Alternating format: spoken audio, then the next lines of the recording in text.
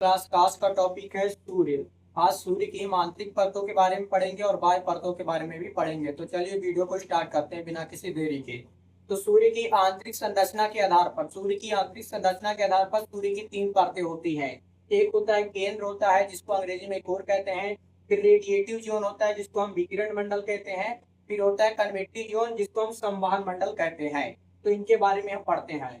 तो जो हमारा केंद्र है, जो सूर्य का केंद्र है, उसे अंग्रेजी में कोर कहते हैं, जिसका तापमान 15 मिलियन डिग्री सेल्सियस होता है। सूर्य के केंद्र में तापमान 15 मिलियन डिग्री सेल्सियस होता है। और सूर्य के केंद्र में हाइड्रोजन और हीलियम गैसें पाई जाती हैं, जिनमें नाभिकीय संलयन क्रिया होती है। और इस क्रिया के फलस्वरूप जो तो सूर्य के केंद्र में जो तो ऊष्मा निकलती है और सूर्य प्रकाशित होता है। तो उस सूर्य में ऊष्मा कहाँ बनती है? तो सूर्य के केंद्र में बनती है। अब ये जो जितनी ऊष्मा बन गई है केंद्र में, अब यह जो तो आगे बढ़ती है और जो तो सूर्य के दूसरे भाग रेडिएटिव जोन में पहुंचती है। रेडिएटिव जोन में सूर्य के जो ऊष्मा बनी है, इसमें बहुत सारी हानिकारक किरणें भी होती हैं, है ना। जैसे कि एक्स रे होती है और गामा रे होती है और फोटान होती है। यह जो होता है ना, मानव शरीर पर अगर पड़ेंगी तो जो तो हमें त्वचा कैंसर हो जाएगा, चर्म रोग वगैरह जो होती है ना, सारी बीमारियां हो सकती हैं। तो ये एक्स रे और वाई रे, मतलब कि जो गामा रे है, यह हमारे लिए खतरनाक होती है, बल्कि ये जो फोटान है, जो प्रकाश है, वो अच्छा होता है। तो ये जो रेडिएटिव जोन होता है, इसमें विद्युत चुंबकीय किरणें पाई जाती हैं, ना। रेडिएटिव जोन विकिरण मंडल में विद्युत चुंबकीय तरंगे पाई जाती हैं। फिर सूर्य की तीसरी परत होती है, जिसको हम कन्वेक्टिव जोन संवहन मंडल कहते हैं। इसमें हाइड्रोजन के सेल पाए जाते हैं। हाइड्रोजन के सेल मतलब एक हाइड्रोजन की जो तो परत होती है ना, जो कि रेडिएटिव जोन में पाए जाने वाले एक्स रे और गामा रे विद्युत चुंबकीय तरंगों को जो तो छान देती है। और जो तो फोटान, जो ये प्रकाश है ना, जो केवल शुद्ध प्रकाश होता है, जिससे किसी प्रकार में हमें हानि नहीं होगी, हमें नुकसान नहीं करेगा, है ना। केवल वही इन हाइड्रोजन के सेल को पार करके जो तो है ना पृथ्वी तक पहुंच पाता है। और जो ये हाइड्रोजन के सेल जो होते हैं, ये एक्स रे और गामा रे को जो तो नष्ट कर देते हैं, इन हानिकारक किरणों को नष्ट कर देते हैं। और ये हाइड्रोजन के जो सेल होते हैं, ये अंदर की ओर बड़े होते हैं ना, सूर्य के केंद्र की ओर जो तो ये हाइड्रोजन के सेल आकार में बड़े होते हैं। और जैसे जैसे बाहर जाते हैं तो ये आकार में छोटे होते जाते हैं। ठीक है, तो यहाँ तक आपको समझ में आ गया होगा। अब कभी कभी क्या होता है, ये जो हमारा सूर्य है, सूर्य के केंद्र में जो नाभिकीय संलयन हो रहा है, जो क्रिया हो रही है, जिस कारण सूर्य में जो ऊष्मा उत्पन्न हो रही है, कभी कभी यह नाभिकीय संलयन अनियंत्रित हो जाता है, जिसके कारण सूर्य में जो तो बहुत ज्यादा जो तो ऊष्मा बन जाती, ऊर्जा बन जाती है। और वह अधिक ऊर्जा जो होती है, वही ऊर्जा जो होती है वो सूर्य की तीनों परतों को पार करते हुए हाइड्रोजन के सेल को चीरती हुई जो तो बाहर आ जाती है, जिसको हम सौर ज्वाला कहते हैं। क्या कहते हैं? सौर ज्वाला। और इसका जो टेम्परेचर होता है वो 7000 डिग्री सेल्सियस होता है। सौर ज्वाला का टेम्परेचर 7000 डिग्री सेल्सियस होता है, जिस कारण इसका ऊष्मा भी ज्यादा है और इसके अंदर जो एनर्जी है वो भी ज्यादा है, जिस कारण सूर्य इसको अपने गुरुत्वाकर्षण से खींच नहीं पाता है। और ये सौर ज्वाला जो है तो अंतरिक्ष में घूमने लगता है ना। कभी कभी जो ये सौर ज्वाला होता है, घूमते घूमते जब पृथ्वी के पास पहुंचता है, तो पृथ्वी से यह टकरा जाता है। पृथ्वी का जो गुरुत्वाकर्षण होता है, इस सौर ज्वाला को अपनी ओर खींच लेता है। और यह सौर ज्वाला जो तो पृथ्वी की ओर बढ़ने लगता है, परंतु पृथ्वी की सुरक्षा के लिए जो है वायुमंडल है ना, यह सौर ज्वाला जो है तो वायुमंडल को पार नहीं कर पाता है और वायुमंडल से टकरा कर जो तो छिछल जाता है। छिछलने का अर्थ है जैसे कि आप पानी में पत्थर फेंकते हो तो वह छिछल जाता है, उसी तरह ये सौर ज्वाला है वायुमंडल से टकरा कर जो तो छिछल जाता है। जब वायुमंडल से यह टकराता है तो एक रोशनी उत्पन्न होती है, जिसको हम अरोरा कहते हैं। क्या कहते हैं? रोशनी को जो तो अरोरा कहते हैं। जो उत्पन्न होती है रोशनी, अरोरा कहलाती है। अब अगर ये रोशनी जो तो उत्तरी गोलार्ध में देखने को मिलेगी तो अरोरा बोरियोलिस कहलाएगा। और यही रोशनी अगर दक्षिणी गोलार्ध में देखने को मिलेगी तो अरोरा ऑस्ट्रेलिस कहलाएगा। तो सौर ज्यादा जब पृथ्वी से टकराता है, तो जो तो पृथ्वी में जो तो जो ये वाद्य यंत्र होते हैं, या जो ये संचार प्रक्रिया होती है, टेलीफोन वगैरह, ये बाधित हो जाते हैं, मतलब थोड़ा दिक्कत आ जाती है।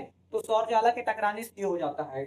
अब कुछ कुछ सौर ज्वाला जो होता है, कुछ कुछ जो सौर ज्वाला होता है, उसका तापमान कम होता है ना। तो सूर्य तापमान जब कम होगा तो उसका ऊर्जा भी कम होगा, उसकी गति भी धीमी होगी। तो सूर्य अपनी गुरुत्वाकर्षण से उसको खींच लेगा, है ना, उसको गुरुत्वाकर्षण से खींच लेगा। तो उसको हम क्या कहेंगे भैया? तो जब वो आता है तो उसका तापमान पहले ही कम था, और जब ये लौट रहा था, है ना, इसका तापमान जो तो है ना पहले ही कम था। सूर्य इसको अपने गुरुत्वाकर्षण से खींचेगा, जब ये लौटने लगेगा तो तापमान रास्ते में और कम हो जाएगा, है ना। तो सूर्य की ये जो सतह है, इसका है ना अधिकतम टेम्परेचर जो होता है 6000 डिग्री सेल्सियस होता है। यहाँ का टेम्परेचर 6000 डिग्री सेल्सियस होता है। और ये जो सौर ज्वाला है, इसका तापमान जो होता है 4000 डिग्री सेल्सियस हो जाता है है ना, जिस कारण यह सूर्य में काले धब्बे के समान दिखाई देता है, काले धब्बे के समान जो तो नजर आने लगता है, जिसको हम सौर कलंक कह देते हैं। क्या कहते हैं? सौर कलंक या सोलर स्पॉट कहते हैं। ये जो सौर कलंक होता है, ये हाइड्रोजन के सेल को चीर के नहीं आता है, बल्कि हाइड्रोजन के दो सेलों के बीच, है ना, खाली जगह से आता है। हाइड्रोजन के सेल को नहीं चीरता है, ठीक है ना। खाली जगह से जो तो सौर कलंक जो तो सूर्य में दोबारा प्रवेश करता है, जो सूर्य में जो तो क्या मतलब कि काले धब्बे के समान दिखाई देता है। अब ये जो सौर कलंक है, जो सौर कलंक है, ये सूर्य में जो है तो 0 डिग्री से लेकर 40 डिग्री तक ही बनता है। 0 डिग्री से 40 डिग्री के तक ही बनता है, अर्थात जो तो भूमध्य रेखा से जो तो 40 डिग्री तक ही बनेगा। अब इसको जो तो 0 डिग्री से 40 डिग्री जाने में जो तो 5 साल 6 महीने का समय लगता है। सौर कलंक को 0 डिग्री से 40 डिग्री में जाने में 5 साल 6 महीने का समय लगता है, और 40 डिग्री से 0 डिग्री में आने में भी 5 साल 6 महीने का समय लगता है।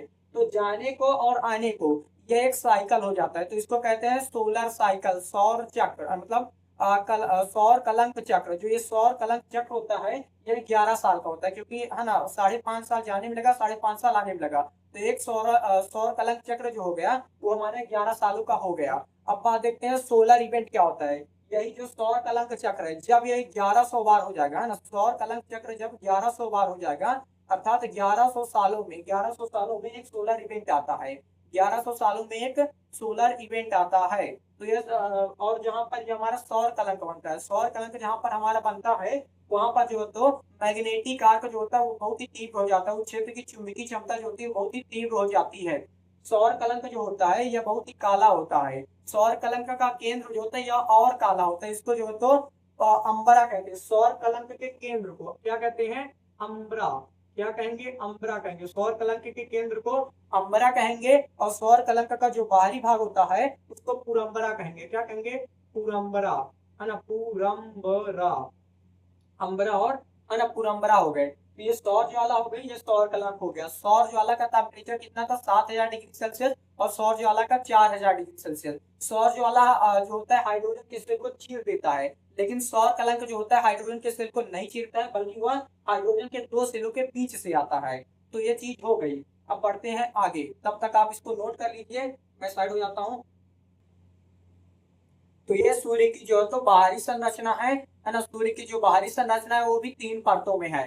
एक है आपका ये फोटोस्फीयर, जिसको हम प्रकाश मंडल कहते हैं, और ये वाला है आपका क्रोमोस्फीयर। ठीक है, ये है क्रोमोस्फीयर। और एक होता है कोरोना मुकुट या क्रीब, ये आपका सूर्य का केंद्र है। फिर रेडियोटिव जोन और ये कन्वेक्टिव जोन, और ये वाला है आपका क्रोमोस्फीयर, जिसको वर्णमंडल भी कहते हैं। और ये आपका फोटोस्फीयर, जिसे हम प्रकाश मंडल भी कहते हैं, है ना। सूर्य का जो दिखने वाला भाग होता है, जिसको हम देखते हैं, जो हमें प्रकाश दिखाई देता है, जो सूर्य का दिखता है, उसको हम फोटोस्फीयर कहते हैं, अर्थात प्रकाश मंडल कहते हैं, जिसका टेम्परेचर 6000 डिग्री सेल्सियस होता है। इसमें फोटान की दिखता होती है, फोटान की दिखता होती है। सूर्य के आने वाले प्रकाश को फोटान कहते हैं, वो फोटान के रूप में होते हैं। तो फोटान की दिखता होती है फोटोस्फीयर, जिसको हम देख सकते हैं। सूर्य का बाहरी हिस्सा हो गया। और बाहरी परत के आधार पर जो सूर्य की मध्य परत है, बाहरी परत के आधार पर सूर्य की जो मध्य परत है, उसको हम कहते हैं क्रोमोस्फीयर, वर्णमंडल कहते हैं। इसका टेम्परेचर 27000 डिग्री सेल्सियस लेकर 32000 डिग्री सेल्सियस होता है। क्रोमोस्फीयर का टेम्परेचर 27000 डिग्री सेल्सियस लेकर 32000 डिग्री सेल्सियस तक होता है। अब आगे देखते हैं, तब तक आप इसको नोट करिए। तो सूर्य की जो सबसे बाहरी परत होती है उसको हम कोरोना मुकुट या क्रीक कहते हैं। ये जो कोरोना मुकुट क्रीक होता है, या सूर्य की सबसे बाहरी परत होती है, जो केवल जब सूर्य ग्रहण लगता है, जब सूर्य ग्रहण लगता है तभी दिखाई देता है। जैसे कि मान लीजिए यहाँ पर जितने पे मैंने काला कर दिया है, और ये जो नीला वाला हिस्सा जो बाहरी क्षेत्र है, यहाँ पर ग्रहण लग गया है, लेकिन ग्रहण पूरे सूर्य को ढक नहीं पाता है। उसका कुछ हिस्सा जो होता है, जैसे यहाँ पर है, वो दिखाई देता है। और इसका टेम्परेचर जो होता है वो 27 लाख डिग्री सेल्सियस होता है। 27 लाख डिग्री सेल्सियस कोरोना मुकुट क्रीक, है ना, जो सूर्य की सबसे बाहरी परत है, उसका टेम्परेचर होता है। इसी कारण कहा जाता है कि सूर्य ग्रहण के दौरान सूर्य की तरफ नहीं देखना चाहिए। इसका साइंटिफिक रीजन यही है कि इतना जो तापमान है, जिसमें पराबैंगनी किरणें भी होती हैं, जो हमारी आंखों को अंधा कर सकती है, हमें अंधा कर सकती है, हमें दिखाई नहीं देगा, हमारी आंखों को नुकसान कर सकती हैं। तो इसी कारण जो तो है ना सूर्य ग्रहण के दौरान सूर्य की तरफ नहीं देखना चाहिए, क्योंकि इतना हिस्सा जो है तो वो ढक गया है। लेकिन इतना खुला हिस्सा है सूर्य का, उसी से सूर्य का जो होता है इतना सारा टेम्परेचर जो है इकट्ठा होकर एक किनारे से निकलता है।